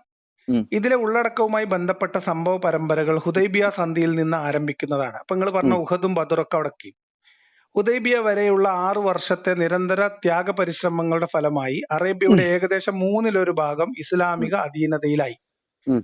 ഒരു സംഘടിത സമൂഹത്തിന്റെ മതമായും ഒരു സമ്പൂർണ്ണ നാഗരിക സാംസ്കാരിക വ്യവസ്ഥിതിയായും ഒരു സ്വതന്ത്ര പരമാധികാര രാഷ്ട്രത്തിന്റെ അടിസ്ഥാനമായും അത് വളർന്നു. ഹുദൈബിയ സന്ധിക്ക് ശേഷം ഇസ്ലാമിന് അതിന്റെ സ്വാധീനം താരതമ്യേന കൂടുതൽ സമാധാനപരമായ ചുറ്റുപാടുകളിൽ നാനാഭാഗത്തും വികസിപ്പിക്കാനുള്ള അവസരം കൈവന്നു. തുടർന്ന് 2 ചാലുകളിലൂടെ കൊണ്ടിരുന്ന സംഭവ വികാസങ്ങൾ പിൽക്കാലത്ത് സുപ്രധാനമായ ചില പ്രത്യാഘാതങ്ങൾ ഉളവാക്കി. അതിലൊന്ന് അറേബ്യയുമായും മറ്റൊന്ന് റോമാ സാമ്രാജ്യവുമായും ബന്ധപ്പെട്ടിരിക്കുന്നു. അറേബ്യ കീഴടങ്ങുന്നു. ഹുദൈബിയ സന്ധിക്ക് ശേഷം ആദർശ പ്രബോധനത്തിനും നേടിയെടുത്ത ശക്തി ഭദ്രമാക്കുന്നതിനും അവലംബിക്കപ്പെട്ട നയോപായങ്ങളുടെ ഫലമായി 2 വർഷത്തിലധികം അറേബ്യയിൽ ഇസ്ലാമിന്റെ സ്വാധീന വൃത്തം വളരെ വിപുലമായി തീർന്നു. പഴഞ്ചൻ ജാഹിലിയത്ത് തികച്ചും നിസ്സഹമായി തീരുമാറി ഇസ്ലാം വമ്പിച്ച ശക്തി ആർജിച്ചു. ഒടുവിൽ ഖുറൈശികളിലെ കൂടുതൽ ആവേശഭരിതമായ വിഭാഗം പരാജയം കണ്ട് സഹിക്കാഞ്ഞ് ഹുദൈബിയ സന്ധി ലംഘിച്ച് ആ തടസ്സം തട്ടിമാറ്റി. ഇസ്ലാമുമായി അവസാന കൈനോക്കാൻ മുതിരുകയായിരുന്നു അവർ. എന്നാൽ സന്ധി ലംഘനത്തിന് ശേഷം നബി അവർക്ക് ഒട്ടും സാവകാശം നൽകിയില്ല. ഹിജ്റ 8-ാം വർഷം റമദാനിൽ അവിടുന്ന് പെട്ടെന്നുള്ള സായുധ പ്രവർത്തനത്തിലൂടെ മക്കയെ മോചിപ്പിച്ചു. അനന്തരം പഴഞ്ചൻ ജാഹിലിയ വ്യവസ്ഥയുടെ ഒടുക്കത്തെ പിടച്ചിലാണ് ഹുനൈൻ യുദ്ധത്തിൽ കണ്ടത്. മക്ക കീഴടങ്ങിയതോടെ സമ്പൂർണ്ണ വിജയത്തിലേക്ക് നീങ്ങിക്കൊണ്ടിരുന്ന ഇസ്ലാമിക വിപ്ലവ സംസ്കരണ പ്രസ്ഥാനത്തെ തടഞ്ഞു നിർത്താനായി ഹവാസിൻ, ത്വലീദ്, നദ്ർ, ജുഷം തുടങ്ങിയ ജാഹിലിയ ഗോത്രങ്ങൾ സർവശക്തി സന്നാഹങ്ങളുമായി ഹുനൈൻ താവളമടിച്ചു. ആ ശ്രമവും വിഫലമാവുകയാണ് ഉണ്ടായത്. അതാണ് ഹുനൈനിന്റെ ചരിത്രം. ഹുനൈൻ വിജയത്തോടെ അറേബ്യൻ ഭാഗധേയം ഖണ്ഡിതമായി നിർണയിക്കപ്പെട്ടു കഴിഞ്ഞിരിക്കുന്നു. ഇനിമേൽ അത് ഇസ്ലാമിക ഗേഹമായിട്ടേ നിലകൊള്ളൂ. തുടർന്ന് ഒരു വർഷം തികഞ്ഞില്ല, അറേബ്യയുടെ ഭൂരിഭാഗവും ഇസ്ലാമികാധിപത്യത്തിന് കീഴിലായി. ജാഹിലിയത്തിന്റെ ഏതാനും ശിഥില ശകലങ്ങൾ രാജ്യത്തിന്റെ വിവിധ ഭാഗങ്ങളിൽ ചിതറിക്കിടക്കുന്നുവെന്ന് മാത്രം. ഇതേ കാലത്ത് വടക്ക് റോമൻ അതിർത്തികൾ ഉണ്ടായ സംഭവങ്ങൾ ഈ വിജയ പ്രക്രിയയെ പൂർണ്ണതയിലേക്ക് എത്തിയതിന് കൂടുതൽ സഹായകരമായി തീർന്നു. 30,000 എന്നത് തബൂക്ക് പര്യടനാണ് പറയുന്നത്, തബൂക്ക് യുദ്ധം അതൊക്കെ പറയുന്നുണ്ട്. ഇനി നമുക്ക് എന്താണ് ഇതിന്റെ ഈ വിഷയത്തിലേക്ക് വരാം. ഹുനൈന് നടക്കുന്നത് മക്ക വിജയത്തിന്റെ പിറ്റത്തെ കൊല്ലാണ്. ഓക്കെ, അതെ, ഓക്കെ. അതേ തബൂക്ക് നടക്കുന്നത് ഒരു കൊല്ലം കഴിഞ്ഞിട്ടാണ്. അല്ലത് പറയാ, തബൂക്ക് നടക്കുന്നത് ഒരു കൊല്ലം കൂടെ കഴിഞ്ഞിട്ടാണ്. മക്ക വിജയത്തിന് 10,000 ആളുകളാണ് നബിതങ്ങളെ കൂടെ ഉള്ളത്. തബൂക്കിലേക്ക് മക്കയിൽ നിന്ന് ആകെ തയ്യാറായ 30,000 ആളുകൾ ഒരു കൊല്ലം കൊണ്ട് 20,000 ആളുകൾ ഇസ്ലാമിലേക്ക് അടിച്ചു കയറിയാണ്. ഒന്ന്, ഈ മക്ക തന്നെ 100% സ്വതന്ത്രരാക്കിക്കൊണ്ട് നിങ്ങളുടെ ഇഷ്ടം പോലെ എന്തായിക്കോളി, നിങ്ങൾ ഏതില് വിശ്വസിച്ചാലും ജീവിച്ചാലും കുഴപ്പമില്ല എന്നുള്ളതൊക്കെയാണ് വിട്ടുവീഴ്ച ചെയ്യുന്നത്. നിങ്ങളെ വീട്ടിൽ നിന്ന് നിങ്ങൾ സ്വതന്ത്രരാണ്, നിങ്ങൾ ഫൈറ്റിന് കൊണ്ട് വരാഞ്ഞാ മതി. ആ കണ്ടീഷനിലാണ് മക്ക ഫത്താകുന്നത്. പിന്നെ നിങ്ങൾ സംസാരിച്ചൊരു വലിയൊരു തെറ്റിന് ഇല്ല, തെറ്റിക്കൂല. നിങ്ങൾ പറഞ്ഞ മാതിരി കേൾക്കും. വേണ്ട, പറഞ്ഞോളി, വായിച്ചോളി. നിങ്ങൾ മരിച്ചാ കാണൂലേ, പിന്നല്ലേ വായിച്ചിട്ടാറില്ല. അവരെ വെറുതെ വിട്ടു എന്നാണല്ലോ പറയണത്. മക്കം ഫതഹിന്റെ സമയത്ത് അവരെല്ലാവരും സ്വതന്ത്രമായിട്ട് വിട്ടു. അവരവരുടെ വിശ്വാസത്തിൽ തന്നെ വിട്ടേച്ച് പോവാണല്ലോ ചെയ്യുന്നത്. അധികാരം പൂർണ്ണമായി കയ്യിലാക്കുന്നു. അതിനുശേഷം പിറ്റത്തെ കൊല്ലം, തൊട്ടടുത്ത കൊല്ലമാണ് പ്രഖ്യാപനം നടക്കുന്നത്. 4 മാസം സമയം കൊടുക്കുന്നത്. അതെ. ഇനി നിങ്ങൾ സൂറത്തു തൗബയിൽ മൗദൂദി പറഞ്ഞത് മുതൽ ഒന്നും വായിക്കാം. നിങ്ങളുമായി കരാറിൽ ഏർപ്പെട്ടിരിക്കുന്ന, നിങ്ങൾ പറഞ്ഞത് ഈ കരാറായിരിക്കാം കേട്ടോ, നിങ്ങൾക്ക് നിങ്ങളെ വിശ്വാസം അനുസരിച്ച് ജീവിക്കാം എന്നുള്ളത്. ബഹുദൈവ വിശ്വാസികളോട് എന്ന് പറഞ്ഞാൽ മക്കക്കാരായിട്ടുള്ള ഖുറൈശികളായ ബഹുദൈവ വിശ്വാസികളോട് അള്ളാഹുവിന്റെയും അവന്റെ ദൂതന്റെയും ഭാഗത്ത് നിന്ന് ഉത്തരവാദിത്തം ഒഴിഞ്ഞുകൊണ്ടുള്ള വിളംബരമാണിത്. ഇനി നിങ്ങൾ രാജ്യത്ത് 4 മാസം ഇഷ്ടാനുസരണം സഞ്ചരിച്ചു കൊള്ളുക. അറിഞ്ഞുകൊള്ളുക, നിങ്ങൾ അള്ളാഹുവിനെ തോൽപ്പിക്കുന്നവരല്ല. അള്ളാഹു സത്യനിഷേധികളെ നിന്ദ്യമായി പരാജയപ്പെടുത്തും. അവിടെ കാഫിർ എന്നാണ് ഉപയോഗിച്ചത്. അവിടെ കാഫിറാണ്. മുശ്രിക്കുകൾ എന്താ ചെയ്തത്? മുശ്രിക്കുകൾ എന്ന് പറയുന്നത് പറയട്ടെ, മുശ്രിക്കുകൾ എന്ന് അവരെ വിളിക്കുന്നത് അവരുടെ ആരാധനയിൽ അവര് അല്ലാത്തവരെ ആരാധിച്ചു എന്നുള്ളതുകൊണ്ടാണ്. കാഫിർ എന്ന് പറയുന്നത് ഇസ്ലാം അംഗീകരിക്കാത്ത എല്ലാരും പെടും. അതെ, സംശയം ഈ രണ്ട് നമ്മൾ മൗദൂദി വിശദീകരിച്ച് വായിക്കാം. ആമുഖക്കുറിപ്പിൽ പറഞ്ഞതുപോലെ 5-ാം ഖണ്ഡികയുടെ അന്ത്യം വരെയുള്ള ഈ പ്രഭാഷണം ഹിജ്റ 9-ാം വർഷത്തിൽ അബൂബക്കർ തിരുമേനി ഹജ്ജിന് നിയോഗിച്ച സന്ദർഭത്തിലാണ് അവതരിച്ചത്. ഇത് അവതരിക്കുമ്പോൾ അദ്ദേഹം പോയി കഴിഞ്ഞതിനാൽ ഹജ്ജ് സമ്മേളനത്തിൽ കേൾപ്പിക്കാനായി അദ്ദേഹത്തിന് അയച്ചു കൊടുക്കണമെന്ന് സ്വഹാബിമാർ തിരുമേനിയോട് അപേക്ഷിച്ചു. ഈ പ്രധാന പ്രശ്നം സംബന്ധിച്ച പ്രഖ്യാപനം എന്നെ പ്രദാനം ചെയ്ത് എന്റെ കുടുംബത്തിൽ ഒരാൾ തന്നെ നിർവഹിക്കേണ്ടതാണെന്ന് തിരുമേനി അരുൾ ചെയ്തു. അങ്ങനെ അലിയെ അതിന് ചുമതലപ്പെടുത്തുകയും ഹാജിമാരുടെ പൊതുസമ്മേളനത്തിൽ നിർദ്ദിഷ്ട പ്രഖ്യാപനം കേൾപ്പിക്കുന്നതോടൊപ്പം ചുവടെ കൊടുത്ത 4 കാര്യങ്ങൾ കൂടി വിളംബരപ്പെടുത്തണമെന്ന് നിർദ്ദേശിക്കുകയും ചെയ്തു. ഒന്ന് ഇസ്ലാമിനെ അംഗീകരിക്കാൻ വിസമ്മതിക്കുന്ന ആരും സ്വർഗത്തിൽ പ്രവേശിക്കുന്നതല്ല. 2 ഈ വർഷത്തിന് ശേഷം മുശ്രിക്കുകൾ, മൗദൂദി ബ്രാക്കറ്റിൽ എഴുതുന്ന ബഹുദൈവ വിശ്വാസികൾ ആരും ഹജ്ജിന് വരാൻ പാടില്ല. മുശ്രിക്കുകൾ എഴുതിയിട്ട് പിന്നെ വിശ്വാസികൾ. അപ്പൊ നിങ്ങൾ ബഹുദൈവ വിശ്വാസികൾ കാര്യമില്ല. കഴിഞ്ഞിട്ടില്ല. പിന്നെ അവിടെ ചെയ്തിരുന്നു എന്ന് പറയപ്പെടുന്ന നഗ്നരായി ദൈവത്തെ പ്രദക്ഷിണം ചെയ്യുന്നത് നിരോധിച്ചിരിക്കുന്നു. ദൈവദൂതനുമായി ഉടമ്പടി നിലനിൽക്കുന്നവരോട് അഥവാ കരാർ ലംഘിച്ചിട്ടില്ലാത്തവരോട് കാലാവധി വരെ കരാർ പാലിക്കുന്നതാണ്. ഇവിടെ മറ്റൊരു കാര്യം കൂടി ഗ്രഹിച്ചിരിക്കുന്നത് പ്രയോജനപ്രദമായിരിക്കും. മക്ക വിജയാനന്തരം ഇസ്ലാമിക കാലത്തെ പ്രഥമ ഹജ്ജ് 8-ാം വർഷത്തിൽ പഴയ സമ്പ്രദായത്തിലാണ് നടന്നത്. ഹിജ്റ 9-ാം വർഷത്തിൽ 2ാമത്തെ ഹജ്ജ് മുസ്ലിങ്ങൾ അവരുടെ സമ്പ്രദായ പ്രകാരവും മുശ്രിക്കുകൾ അവരുടെ സമ്പ്രദായ പ്രകാരവും നിർവഹിച്ചു. മൂന്നാമത്തെ ഹജ്ജ് ഹിജ്റ 10-ാം വർഷത്തിൽ ശുദ്ധ ഇസ്ലാമിക സമ്പ്രദായത്തിലാണ് നിർവഹിക്കപ്പെട്ടത്. ഹജ്ജത്തുൽ വദാഇ എന്ന പേരിൽ വിശ്രുതമായ ഹജ്ജാണ്. നബി സല്ലല്ലാഹു അലൈഹി വസല്ലമ ആദ്യത്തെ 2 വർഷം ഹജ്ജിന് പോയില്ല. ഷിർക്ക് പൂർണ്ണമായി തുടച്ചു മാറ്റപ്പെട്ട ശേഷം 3-ാം വർഷമാണ് അവിടെ നിന്ന് ഹജ്ജ് നിർവഹിച്ചത്. നിങ്ങൾ 2 ചോദ്യത്തിന് ഉത്തരം കേട്ടോളി. നിങ്ങൾ പറഞ്ഞോളി. ഒന്ന്, ഈ 6-ാമത്തെ ആയത്ത് നിങ്ങൾ വായിച്ചോടത്ത് കാഫിർ എന്ന് വ്യക്തമായിട്ട് കൊടുത്തു. 1-ാമത്തെ ആയത്തിലുണ്ടേ. അതെ, അവരുടെ വിഷയത്തിൽ എന്താ പറയുന്ന വെച്ച് കഴിഞ്ഞാല് നിങ്ങൾക്ക് അള്ളാനെ പരാജയപ്പെടുത്താൻ കഴിയൂല. നിങ്ങൾക്ക് ആഖിറത്തിൽ കഠിനമായിട്ട് ശിക്ഷ ഉള്ളത് ഇവിടെ വെച്ചിട്ട് അവർക്ക് ഒരു ശിക്ഷയും കൽപ്പിക്കുന്നില്ല. ഒന്ന്, അത് വ്യക്തമായിട്ട് മനസ്സിലാക്കുക. 2, ഈ 300 ചില്ലാനം ബിംബം എന്ന് പറഞ്ഞു കഴിഞ്ഞാൽ 300 ചില്ലാനം ഗോത്രങ്ങളിലെ വിഗ്രഹങ്ങൾ ഓരോരുത്തരും അവിടെ കൊണ്ടുപോയി പ്രതിഷ്ഠിച്ചതാണ്. ഹജ്ജ് വേളയിലാണ് എല്ലാ മുസ്ലിങ്ങളോടെ കയറി വരിക. ആ സമയത്ത് മൊത്തമുള്ള മുസ്ലിങ്ങളോടാണ് അവിടെ വിളംബരം ചെയ്യുന്നത്. അപ്പം ഈ വിളംബരം ചെയ്യാന്നുള്ളത് മക്കാരോടല്ല, അത് മക്കാരോടും തായിഫുകാരോടും അവിടെ നിന്ന് നജിദിലുള്ളവരും ആരൊക്കെ വിഗ്രഹാരാധകരുടെ ഓൽക്കൊക്കെ ബാധകമാണ്. ഇല്ല, മക്കൾക്ക് ബാധകല്ല. എന്താ മക്കത്തിന് ബാധകല്ല? എന്താ കാരണം? കാരണം തന്നെ വിഷയം. എന്ത് വിഷയം? മക്ക 100% എല്ലാ രീതിയിലും തീരുമാനങ്ങൾ കഴിഞ്ഞിരിക്കുകയാണ് അവിടെ. ഇല്ല, കഴിഞ്ഞിട്ടില്ല. കാരണം ഈ വിളംബരം നടക്കുന്ന കൊല്ലത്തെ ഹജ്ജില് മക്ക ഖുറൈശികൾ ഓല രീതിയിലും മുസ്ലിങ്ങൾ ഓല രീതിയിൽ ഹജ്ജ് ചെയ്യാണ്. നബിക്ക് ഹജ്ജ് ചെയ്യാൻ വരണം. അതിനിത് സമ്പൂർണമായിട്ട് ഇസ്ലാമിനെ കീഴിലാക്കണം, ഇസ്ലാം മാത്രമാക്കണം.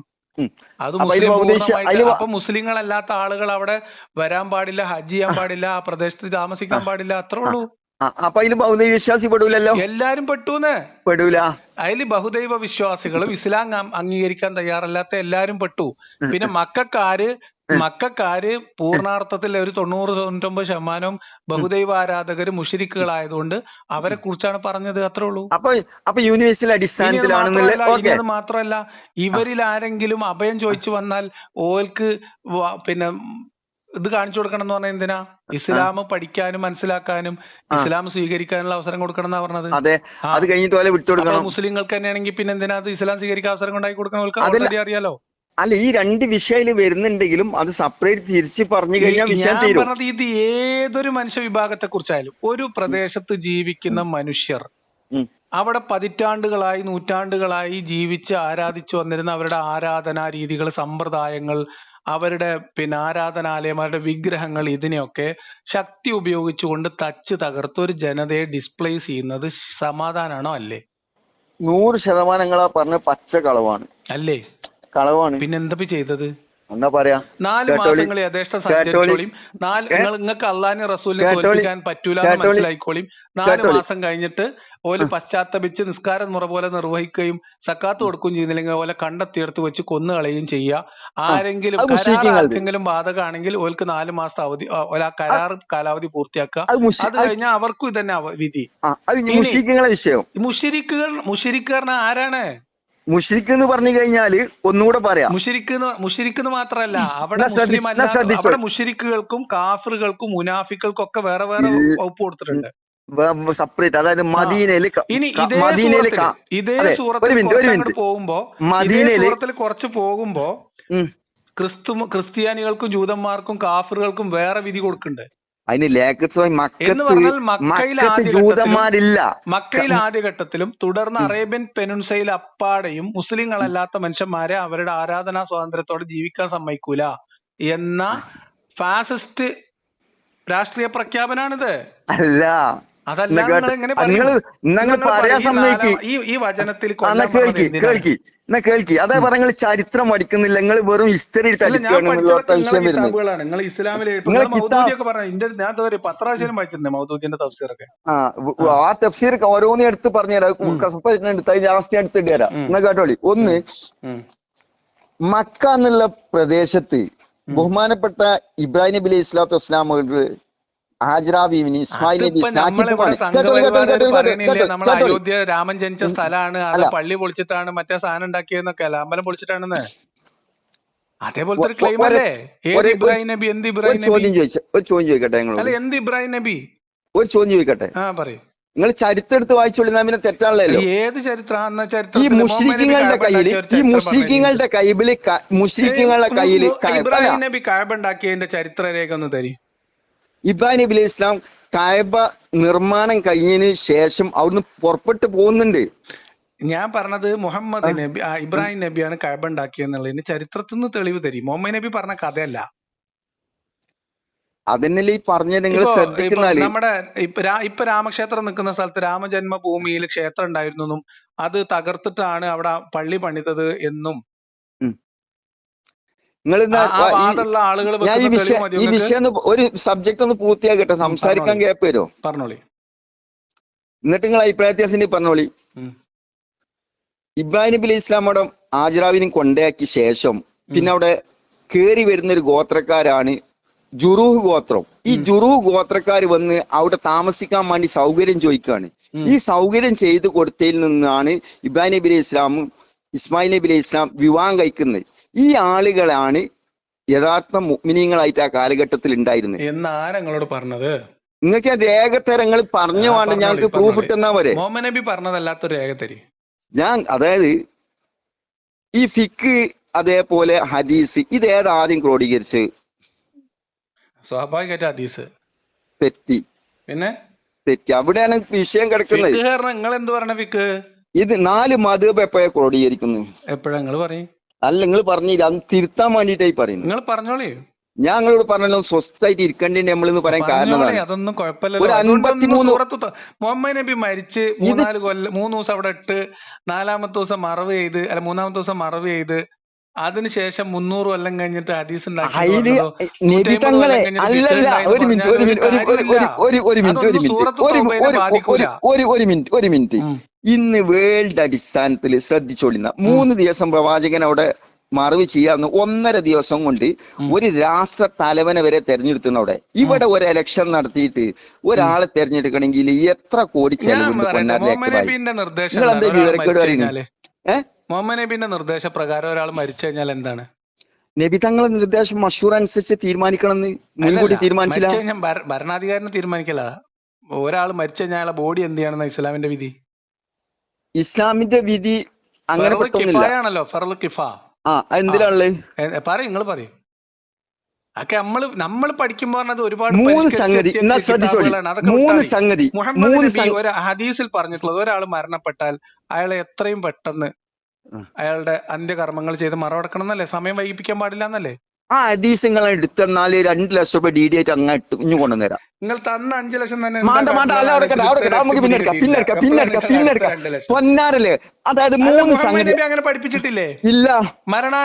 മരണം സംഭവിച്ചു കഴിഞ്ഞാൽ, ഒരാൾ മരിച്ചു കഴിഞ്ഞാല് അയാളുടെ ഡെഡ് ബോഡി എത്രയും പെട്ടെന്ന് സംസ്കരിക്കണം, അതിൽ അർജന്റ് ആക്കണം. നിങ്ങൾ കേട്ടിട്ടില്ല? അതായത് ഇല്ല, പറഞ്ഞത് കേട്ടോളി. കഫൻ ചെയ്താൽ പെട്ടെന്ന് മറവ് ചെയ്യണം. 1. 2, പ്രായപൂർത്തിയായി കഴിഞ്ഞാൽ അനുയോജ്യനായ ഭർത്താവിന് കിട്ടിക്കഴിഞ്ഞാൽ പെട്ടെന്ന് എന്താക്കണം? കെട്ടിച്ചു വിടണം. നിസ്കാരത്തിന്റെ സമയം കഴിഞ്ഞാൽ പെട്ടെന്ന് നിർവഹിക്കണം. ഈ 3 സംഗതി ഒരേ ഗണത്തിലാ വരുന്നത്. ഇവിടെ മരിച്ചാല് പെട്ടെന്ന് കൊണ്ടുപോയി കഫൻ ചെയ്യണം, മറവ് ചെയ്യണം എന്നല്ല പറയുന്നത്. കഫൻ ചെയ്ത് കഴിഞ്ഞാൽ ഉടനടി മറവ് ചെയ്യണം. ഓക്കെ, കഫൻ ചെയ്ത് കഴിഞ്ഞാല് ഉടനടി കൊണ്ടുപോയിട്ട് മറവ് ചെയ്യണം.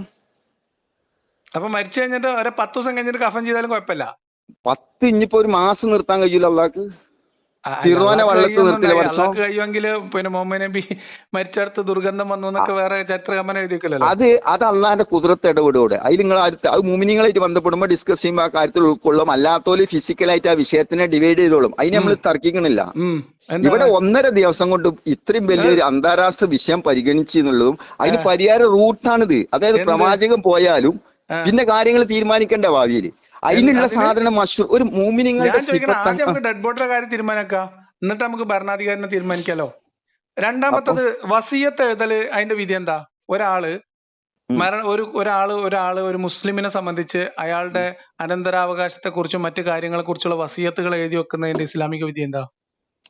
വസിയത്ത് പോലെ അല്ലത്. അല്ല, അത് പറയാം, അതിലേക്ക് വരാം, അതിന് വരാം. അതെ ഞാൻ പറയണെന്ന് വെച്ചാൽ, ഒരാൾ വന്ന് ചോദിക്കുക ഒരാളോട് 100 ആളെ കൊന്നാല് തൗബണ്ടോ ചോദിച്ചു. അപ്പൊ പറഞ്ഞു ഇല്ല എന്ന് പറഞ്ഞു. പിന്നെ ഒരാൾ വന്ന് ചോദിക്കണം 100 ആളെ കൊന്നതിന് തൗബണ്ടോ ചോദിച്ചു. എനിക്ക് തൗബണ്ട് എന്ന് പറഞ്ഞു. ഇത് തമ്മിലുള്ള വ്യത്യാസം എന്താ? ഞാൻ ഒന്നുകൂടെ പറയാം. വേട്ടനായ കടിച്ചു കൊണ്ടുവന്ന ഭക്ഷണം ഹലാലാണ്. വേട്ട ട്രെയിനിങ് കൊടുക്കാത്ത നായി, 2 നോട്ടത്ത് നായിയാണ്. ഇത് ഹറാമാണ്. ഇത് എന്തുകൊണ്ടാ? അങ്ങനെ തന്നെ പറഞ്ഞു. മനസ്സിലായില്ല. ഒരു വേട്ടനായ കടിച്ചുകൊണ്ടുവന്ന ഭക്ഷണം ഹലാലാണ്. വസിയത്ത് എഴുതുന്നതുമായി ബന്ധപ്പെട്ട് നിർദ്ദേശം ഉണ്ടോ? ഇപ്പം മരിച്ചു കഴിഞ്ഞ ആളെ വേഗത്തിൽ മറവ് ചെയ്യണം, വേഗം മൃതദേഹം വേഗം കബറടക്കണം എന്നൊന്നും നബി പറഞ്ഞിട്ടില്ല എന്നാണ് പറഞ്ഞത്. ഇല്ല. പിന്നെ ആകെ പറഞ്ഞിട്ടുള്ളത് വേഗത്തിൽ സ്പീഡിൽ നടക്കണം എന്നാണ് മാത്രമേ ഉള്ളൂ. കഫൻ മാത്രമേ ഉള്ളൂ. കഫൻ ചെയ്താല് പെട്ടെന്ന് മറവ് ചെയ്യണം. അങ്ങനെ തന്നെ ഉള്ളൂ. നിങ്ങൾ അപ്പുറത്ത് എടുത്തരാൻ കഴിയൂല. അല്ല, അത് എന്തിനാണ് അങ്ങനെ? നിങ്ങൾ എത്ര ഐക്ക് കൂട്ടണം നിങ്ങളെ വക? അല്ല, എന്തിനാണ് അങ്ങനെയെന്ന്. അപ്പൊ അതാ ചോദിച്ചാൽ 3 ദിവസം മറവ് ചെയ്യാതെ കിടന്നു, അല്ല കഫൻ ചെയ്യാതെ ഇരുന്നാൽ മതി. 3-ാമത്തെ ദിവസം കഫ ചെയ്ത് മറവടക്കിയാൽ മതി. അപ്പൊ പിന്നെ മുഹമ്മദ് നബി 3 ദിവസം കടന്നതിന് ന്യായീകരണമായി. സെറ്റ്, കുഴപ്പമില്ല. അല്ല അവിടെ അതൊക്കെ നമുക്ക് അല്ല ആ വിഷയം പ്രശ്നമില്ലെന്ന്. അല്ല ആ ഈ വിഷയം എടുക്കുന്നില്ല. ഈ 3 ദിവസത്തിനകത്ത് ഭരണാധികാരിനെ തീരുമാനിക്കുന്നതുമായി ബന്ധപ്പെട്ട് മുഹമ്മദ് നബി മരിക്കാൻ കിടക്കുമ്പോ അലിയിനോട് എഴുത്തുപകരണങ്ങൾ കൊണ്ടുവരാൻ പറഞ്ഞു എന്നും അപ്പൊ ഉമർ അത് സമ്മതിച്ചില്ല എന്നും കേട്ടിട്ടുണ്ട്. അത് ശരിയാ? ഉമർ തടഞ്ഞു എന്ന് മരിക്കുന്നതിന്റെ തലേദിവസം. ഉമർ ആദ്യം ബയ്യത്ത് ചെയ്യുന്നത് അല്ല, ഉമർ ബയ്യത്തി അബൂബക്കറിനെ കുറിച്ചല്ല, മുഹമ്മദ് മരിക്കുന്നതിന് തൊട്ട് മുൻപേ എന്തോ എഴുതാന് പേപ്പറും എഴുത്തു ഉപകരണങ്ങൾ കൊണ്ടുവരാൻ പറഞ്ഞു എന്നും ഉമർ തടഞ്ഞു എന്നും ഉണ്ട്. അതുണ്ടോ? അവൻ തെറ്റാ? അത് ഞാൻ കൺഫേം ആക്കിയിട്ട് നമുക്ക് അടുത്ത സബ്ജക്റ്റിൽ ഇടാം. അപ്പൊ അതൊന്ന് കൺഫേം ആയിക്കോളി. അപ്പൊ മുഹമ്മദ് നബി മരിക്കുന്നതിന്റെ മുമ്പ് തന്നെ മുഹമ്മദ് നബിക്ക് അറിയാം അലി ഉണ്ട് അവിടെ, അബൂബക്കർ ഉണ്ട്, ഉമർ ഉണ്ട്, ഉസ്മാൻ ഉണ്ട്. ഞാൻ മരിക്കും എന്നുള്ള ഏകദേശം മുഹമ്മദ് നബിക്ക് അറിയാലോ. ഈ ഡെഡ് ബോഡി ഇങ്ങനെ അനാഥപ്രേതം പോലെ ഇട്ടിട്ട് അനുയായികൾ പോയിട്ട് അവിടെ കടിയും പിടിയും കൂടുന്ന അവസ്ഥ ഉണ്ടാക്കാൻ പിന്നെ നിങ്ങള് വാദം അനുസരിച്ചിട്ട് അവിടെ ഒരു കലഹവും നടന്നിട്ടില്ല. അതിലാണ് ജനങ്ങൾക്ക് മാതൃക, ലോക അത്ഭുതമാണ് എന്നാണ് ഫാത്തിമ എന്നാണ് പിന്നെ അബൂബക്കറിന് ബയ്യത്ത് ചെയ്തത്? ഫാത്തിമ റളിയല്ലാഹുവിനായിട്ട് ബന്ധപ്പെട്ട വിഷയം പറഞ്ഞുതരാം, കേട്ടോളി പറഞ്ഞുതരാം. നബിതങ്ങളെ വരുമാനമായിട്ട് ബന്ധപ്പെട്ടുകൊണ്ടിരിക്കുന്ന ആ മുതൽ എഴുതി തരണം എന്നുള്ള ആവശ്യപ്പെട്ട അതൊക്കെ ഖലീഫ ആയതിനു ശേഷല്ലേ അലിന്റെ തർക്കം അല്ല ഫാത്തിമന്റെ സ്വത്ത് തർക്കമൊക്കെ വരുന്നത്. ഞാൻ ചോദിക്കുന്നത് ഫാത്തിമ ഇപ്പൊ നിങ്ങൾ പറഞ്ഞതനുസരിച്ച് ഫാത്തിമ അബൂബക്കറിനെ ബൈഅത്ത് ചെയ്തിരുന്നോ ഖലീഫ ആയിട്ടെന്നാണ് ഞാൻ ചോദിച്ചത്. തർക്കം ഉണ്ടായിരുന്നില്ല എന്നാണല്ലോ നിങ്ങളെ വാദം. മുസ്ലിം ഉമ്മത്ത് ഒറ്റക്കെട്ടായിട്ട് തെരഞ്ഞെടുത്തു എന്നാണല്ലോ. ഫാത്തിമ എന്ന് പറഞ്ഞാൽ ഫാത്തിമ ബീവി അബൂബക്കറിനെ ബൈഅത്ത് ചെയ്തിരുന്നോ ഇല്ലേ? ഓക്കെ, അത് ഞാൻ നോട്ട് ചെയ്തേക്കാം. രണ്ട് ഒന്നിന് മുന്നേ നിങ്ങൾ പറഞ്ഞേ നിങ്ങളല്ലേ പറയേണ്ടത്. അല്ല എന്തോന്ന് സൂചിപ്പിച്ചിരുന്നല്ലോ പറഞ്ഞു. അല്ല ഞാൻ പറഞ്ഞത് ഇതാണ്, പിന്നെ ഉമർ പിന്നെ ഈ എന്തോ എഴുതാൻ വേണ്ടിട്ട് പേപ്പർ പേനി ആവശ്യപ്പെട്ടപ്പോ ഉമർ തടഞ്ഞു എന്ന് ഒരു ചരിത്രം വായിച്ചിട്ടുണ്ട്. അതുണ്ടോ നിങ്ങളോട് ഞാൻ ചോദിച്ചതാണ്. രണ്ടാമത് ഫാത്തിമ അബൂബക്കറിനെ ബൈഅത്ത് ചെയ്തിരുന്നോ എന്നാണ് രണ്ടാമത്തെ ചോദ്യം. ഞാൻ ഇവിടെ നോട്ട് ചെയ്തു. പിന്നെ നിങ്ങൾ പറയാൻ ശ്രമിക്കുന്നത് ഫാത്തിമ അബൂബക്കർ തമ്മിൽ ഉണ്ടായിരുന്നത് മുഹമ്മദ് നബിയുടെ മറ്റേ ഇവിടുത്തെ ഖൈബറിലെ തോട്ടത്തെ ചൊല്ലിയുള്ള തർക്കാണെന്നാണ്. വരുമാനത്തെ കുറിച്ചോ തോട്ടത്തെ കുറിച്ചോ തർക്കം ഉണ്ടായിരുന്നു, അത് കൊടുക്കാൻ പറ്റില്ല എന്നും നബിയുടെ മക്കൾ അനന്തരം എടുക്കൂല എന്ന് പറഞ്ഞു, അങ്ങനെ എന്തൊക്കെ ഒരു കഥയാണ്. ഞാൻ ചോദിക്കുന്നത് ഫാത്തിമ ബീവിനെ സ്വത്തിന് വേണ്ടി തർക്കിക്കുന്ന ഒരു വില കുറഞ്ഞ സ്ത്രീ ആയിട്ടാണ് നിങ്ങൾ കാണുന്നത്? അത് ഇസ്ലാമിക ഭരണാധികാരിയോട് തർക്കിക്കുന്ന പറയാ അതായത് ഇസ്ലാമിന്റെ നിയമത്തിന്റെ മുന്നിൽ ഫാത്തിമ റളിയല്ലാഹു അൻഹ സാധാരണക്കാരല്ല. ഞാൻ ചോദിക്കുന്നത് അങ്ങനത്തെ ഒരു കാര്യത്തിൽ ഖലീഫയോട് തർക്കിച്ച ഒരാളായിട്ടാണോ നിങ്ങൾ ഫാത്തിമനെ കാണുന്നത്? അലി ഖലീഫയായപ്പോ അലിക്കെതിരെ പടപ്പുറപ്പാട് നടത്തിയ ആളായിട്ടാണോ നിങ്ങൾ ആയിഷനെ കാണുന്നത്? അല്ല.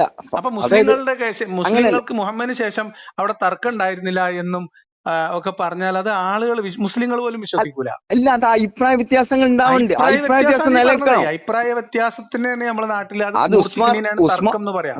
ഒരു വിഭാഗത്തിന് ഉസ്മാൻ റളിയല്ലാഹു അൻഹുവിന്റെ ബന്ധപ്പെട്ട വിഷയത്തിന് പേരിൽ ഉമറിനെ ബൈഅത്ത് ചെയ്യാൻ ഫാത്തിമ വിസമ്മതിച്ചതും ഉമർ വന്നിട്ട് ഫാത്തിമനെ ഭീഷണിപ്പെടുത്തിയതും ചരിത്രത്തിലില്ലേ? പിന്നെ ഒന്ന് പറയുന്നത് വെച്ച് കഴിഞ്ഞാല് സ്വാഭാവികമായിട്ടും അതിനുള്ള ഉസ്മാൻ റളിയല്ലാഹു അൻഹു വധിച്ചതിനുള്ള പ്രതികാരപ്പെടുക്കണമെന്നും അത് വേണ്ട എന്നുള്ള അഭിപ്രായ വ്യത്യാസം.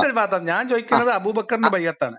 അതെ, അങ്ങോട്ട് പോകുന്നതിന് മുന്നിൽ ഇങ്ങോട്ട് ക്ലിയർ ആക്കി നമുക്ക് ആദ്യം സൂറത്ത് തൗബ തീരുമാനമായിട്ടില്ല. അപ്പൊ തൗബയ്ക്കാണ് കയറുക എന്നാല്.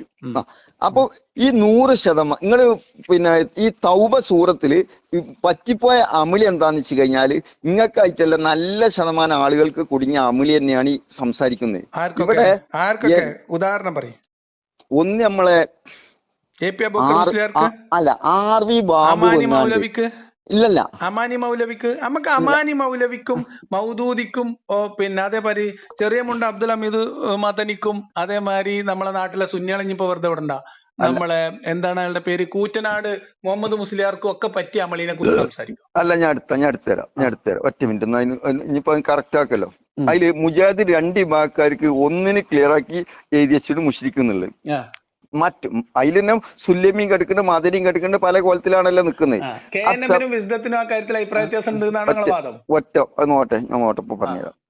നിങ്ങളിതൊന്നും നോക്കിയിട്ടില്ല എന്നാ ഞാൻ നിങ്ങളോട് പറയാം. ഓൽക്കൊന്നും ഒരു വ്യത്യാസമില്ല.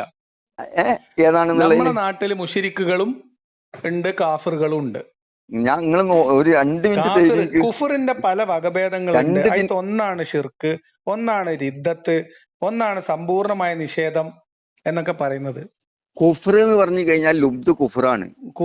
കുഫറിന് പല വകഭേദങ്ങളുണ്ട് എന്ന്. ആ അപ്പൊ ആ അപ്പൊ വിശ്വാസപരമായ കുഫറുകളിൽ ആ പെടുന്നതാണ് ഷിർക്കും അതേപോലെ തന്നെ റിദ്ദത്തും ഒക്കെ. അതെ അതെ, ആ അതിനെന്താ വ്യത്യാസം? ആ അപ്പൊ പക്ഷെ അത്രേ ഉള്ളൂന്ന്. അല്ലാതെ അപ്പൊ നിങ്ങൾ ഈ പറയണ പോലത്തെ അവിടെ സംഭവം ഒന്നും അവിടെ അതിനകത്തില്ല. ഹിന്ദുക്കളെ കൊണ്ടേ കയറ്റല്ലേ, എങ്ങനെ അമുസ്ലിങ്ങളെ കൊണ്ടേ കയറ്റല്ലേ ഷിർക്കിന്റെ വിഷയത്തില്. അതേ ഞാൻ പറയുന്നുള്ളൂ, വേറെ ഞാൻ എതിരേക്കാൻ. മുസ്ലിങ്ങളാണ് ഇവരൊക്കെന്ന്. ജൂതന്മാര് മുസ്ലിങ്ങളല്ലാത്ത ആളുകളെ ജൂതന്മാര് പല യഹൂദിയാളെയും പല മജൂസിയാളെയും അതിൽ കയറ്റല്ലേ. വിഭാഗങ്ങളായിട്ട് പിന്നെ മാറ്റിയിട്ടുണ്ട്. എങ്ങനെ? പിന്നെ കുഫറിന്റെ വിഷയത്തില് ഉം. അമുസ്ലിങ്ങളെ പല വകഭങ്ങളായിട്ട് തിരിച്ചിട്ടുണ്ട്. നിങ്ങൾ ഖുറാന് നേർക്ക് നേരെ എടുത്തോളി. വകുപ്പാണ് മുഷിരിക്ക്. അതിലത്തെ ഒരു ആർക്ക് വകുപ്പാണ് തെറ്റോ തെറ്റിന്നല്ല, ഒരു വകുപ്പാണ് മുഷിരിക്ക്. ആ ആർക്ക് തെറ്റോ. മുഷിരിക്കുകളോടും കാഫിറിങ്ങളോടും അതേപോലെ തന്നെ നമ്മൾ ബാക്കിയുള്ള ജൂത ക്രിസ്ത്യാനികളോടും ഒക്കെ എന്താ ചെയ്യേണ്ടതെന്ന് ഈ സൂറത്ത് തൗബയിലെ ബാക്കി ഭാഗത്ത് പറയുന്നുണ്ട്. എന്ന് അതാ ഞാൻ പറഞ്ഞാൽ ഇത് ഇത്രേ ഉള്ളൂ. നിങ്ങൾക്ക് സിമ്പിൾ ആയിട്ട് പറഞ്ഞുതരാം. ഒരു മിനിറ്റ്. ഞാൻ എന്റെ സ്റ്റേറ്റ്മെന്റ് ഒരു വെക്കാം. മിനിറ്റ്. ഇനി അതല്ല എന്ന് സ്ഥാപിക്കാനുള്ള വല്ല തെളിവുണ്ടെങ്കിൽ നിങ്ങൾ കൃത്യമായ തെളിവായിട്ട് വേണം ഞാൻ അടുത്ത തവണ എന്നെ വിളിക്കാൻ. അതേ നേരത്തെ പറയുന്നത്. പറഞ്ഞ 2 സാധനങ്ങളും നോട്ട് ചെയ്ത് വരണം. ഒരു മിനിറ്റ് തന്നാ മതി. മക്കയിലെ മുഹമ്മദ് മക്കയുടെ വിജയം കൂടി കഴിഞ്ഞതിന് ശേഷം മദീനക്ക് ചുറ്റുമുള്ള ജൂതന്മാരൊക്കെ കൈകാര്യം ചെയ്ത് അവർ ഓടിപ്പോയ ഹൈബറിലും പോയി അവിടെയും തുരത്തി. അങ്ങനെ അവിടെ എല്ലായിടത്തും സലാമത്താക്കിയതിനു ശേഷം മക്കയും പിടിച്ചെടുത്തതിനു ശേഷം പിന്നെ അവിടെ ആകെ ഉണ്ടായിരുന്നത് മക്ക വിജയത്തിന് ശേഷം അവിടെ വെറുതെ വിട്ട മുശ്രിക്കുകളായിട്ടുള്ള തന്റെ ഗോത്രത്തിലും അല്ല സഹഗോത്രങ്ങളിലൊക്കെ പെട്ടുന്ന മനുഷ്യന്മാരാണ്. ഒരു വിശ്വസിക്കാത്ത മനുഷ്യരാണ്. അവരെ കൂടി ഇസ്ലാം അംഗീകരിക്കാൻ നിർബന്ധിക്കുകയോ അല്ലെങ്കിൽ അവരെ അവിടുന്ന് നിഷ്കാസനം ചെയ്യാനോ മുഹമ്മദ് നബി തീരുമാനിച്ചു. അതിന്റെ ഭാഗമായിട്ട് ഉണ്ടായിട്ടുള്ള വിളംബരം മാത്രമാണ് സൂറത്ത് തൗബ. ഒരു നിർബന്ധമില്ല. അതാണ് സൂറത്ത് തൗബ. ഒരു നിർബന്ധമില്ല. നിങ്ങൾ അതല്ല നിങ്ങൾക്ക് കാട്ടി തരാൻ കഴിയൂല. തെളിവ് നിങ്ങൾ ഈ അവിടെയാണ് നമ്മൾ പിടിക്കണേ. അങ്ങോട്ടൊന്ന് കയറണം. അവിടെയാണ് നമ്മൾ പിടിക്കുന്നത്. അത് നമുക്ക് കിട്ടേണ്ട പൾസ്. കിട്ടേണ്ട പൾസ് പറഞ്ഞാൽ നിങ്ങൾ വെറുതെ തൊള്ളപടായി പറഞ്ഞിട്ട് കാര്യമില്ല. വേണ്ട, നിങ്ങൾ വിളിച്ചു പറയണ്ടല്ലോ. ഏതെങ്കിലും ഒരു തഫ്സീർ നിങ്ങൾ എനിക്ക് പറഞ്ഞുതരും. ഇതിനോടകം ലോകത്ത് പ്രസിദ്ധമായതും വിശ്വാസികൾ അംഗീകരിക്കുന്നതുമായിട്ടുള്ള ക്ലാസിക്കൽ തഫ്സീറുകൾ തന്നെ എടുക്കാം. തബരിയോ അല്ലെങ്കിൽ പിന്നെ ഏതെങ്കിലും ജലാലൈനിയോ ഇബ്നു കസീറോ ഒരു 5 എണ്ണം വേറെ ഏത് വേണേലും എടുക്കാം. ഒരു 5 എണ്ണം എടുത്തുതരാം. വെക്കലിട്ടോ ഒരൊറ്റ മിനിറ്റ് വെക്കലി നിങ്ങൾ പിന്നെ പരപ്പനങ്ങാടിത്തെ ഇപ്പത്തെ സേനാക്കിയും നിങ്ങളെ എറയമ്പുറത്തെ മൂസക്കുട്ടിയാക്കി എഴുതിയത് പോരാ. അല്ല, നിങ്ങൾ ഞാൻ ക്ലിയർ ആക്കി എടുത്തരും. 2 മിനിറ്റ് ഫോൺ വെക്കലി, ഒറ്റ മിനിറ്റ്. അല്ല, നിങ്ങൾ ആ ഏതാണോ തഫ്സീർ എന്ന് മാത്രം നിങ്ങൾ ഇന്നൊന്ന് അറിയിച്ചിട്ട് നിങ്ങൾ ഇന്നെ വിളിക്കും. നമുക്ക് ഒന്നുകൂടി സംസാരിക്കാം ഈ വിഷയം. അതിൽ നമുക്ക് പ്രശ്നമൊന്നുമില്ല. നമുക്ക് അങ്ങനെ എത്ര വേണമെങ്കിലും ഈ വിഷയമൊക്കെ സംസാരിക്കുന്നതിന് സന്തോഷമേ ഉള്ളൂ. കാരണം ഇതൊക്കെ ആൾക്കാർക്ക് മനസ്സിലാവണം. അതിനാണ് നമ്മൾ ഈ പണിയെടുക്കണേ.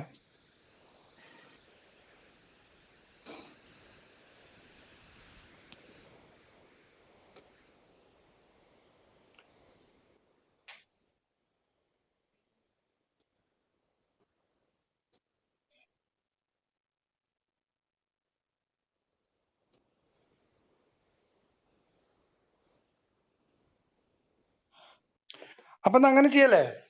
നിങ്ങൾ ഒഴിഞ്ഞു ആ സാധനങ്ങളൊക്കെ ഒന്ന് എടുത്തിട്ട് എന്നെ അറിയിക്കും.